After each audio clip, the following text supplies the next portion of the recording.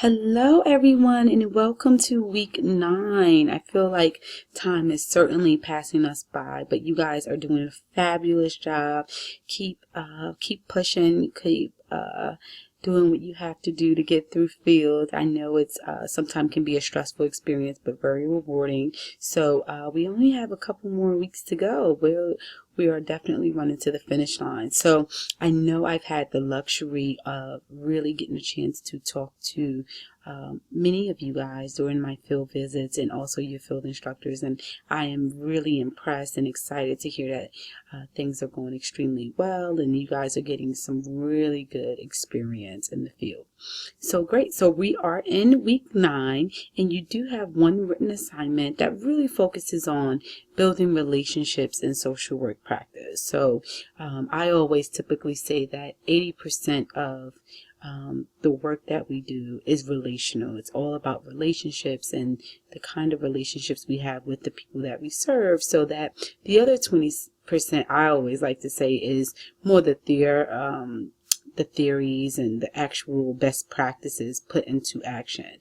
So I think, without the foundation of that relationship, we really wouldn't be able to build and really implement the work that exists, because if we think about it as a pyramid, I would say the foundation is relationships, and then you build on all the other social work skills. So if you are someone who's really social and personable, I feel like this typically comes easy, and relationships will change depending on what kind of clients you're working with, and some populations are a little bit more difficult than others. So I'm excited to kind of hear what you guys are going to say in response to this discussion forum this week. So the first part of your assignment asks you to take a look at the readings. I believe there are 3 chapters, and after you've done that, to really think about a time where you established a helping relationship with the client, and what kind of skills did you employ, right? So did you utilize maybe helping a client kind of see how some of their cognitive thinking was distorted? Sometimes different populations may feel defeated or have this misconception about something that exists, but there's not necessarily any evidence. So, an example could certainly be getting them to see how their cognitive distortion is, impeding their ability to really be successful and overcome barriers that they're presented with. So it could be something like that. And it also asks you about what social work values were evident in your work, right? And so you can go back and think about, what are some of the core social work values, as we value relationships, we value honesty and trust and those things, but also really advocating for clients. Sometimes we play various different roles. So learning about what those social work values are and how that really carries through the work that you've been doing. So you're going to talk about that, but you also have a second part which asks you to additionally discuss your relationship with your supervisor, your field instructor. So how does your supervisory relationship impact your relationship with your clients, right? So is it something that, you guys have an awesome relationship, and so it really enhances your experience with the clients? Or maybe it's the opposite, and maybe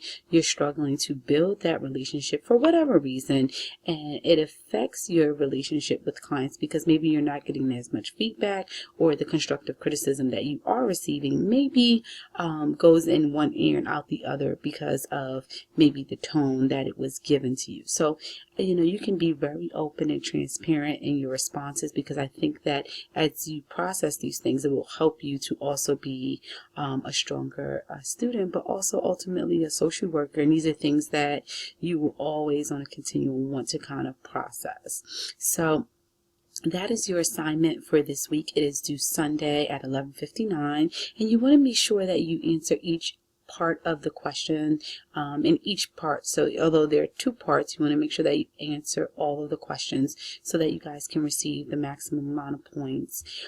So in addition to that, you also have your peer-to-peer discussion. You need just a total of 5, and we're in week 9. So if you haven't started, please start that that would make me nervous if you haven't started already. So please feel free to reach out to me with questions around that. And so you can also attend the live field discussion with me this Wednesday at 7 to compensate for one of your peer-to-peer discussions. So you need a combination of 5, and you can do either or. It really does depend on your preference. And so this week we are going live at 7. So if you are interested in joining us, please shoot me an email via Engage and let me know if you would like to join us. I do have one student signed up thus far, and so I'm hoping that maybe someone or you guys will have time to join us so that we won't have to necessarily cancel class this week.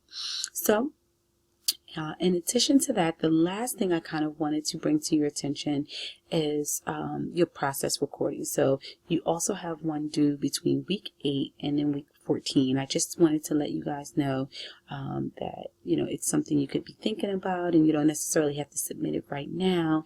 But if there's been some experiences this week that you really want to document and talk about in your process recording, do not hesitate to turn in those assignments early. You certainly can do so.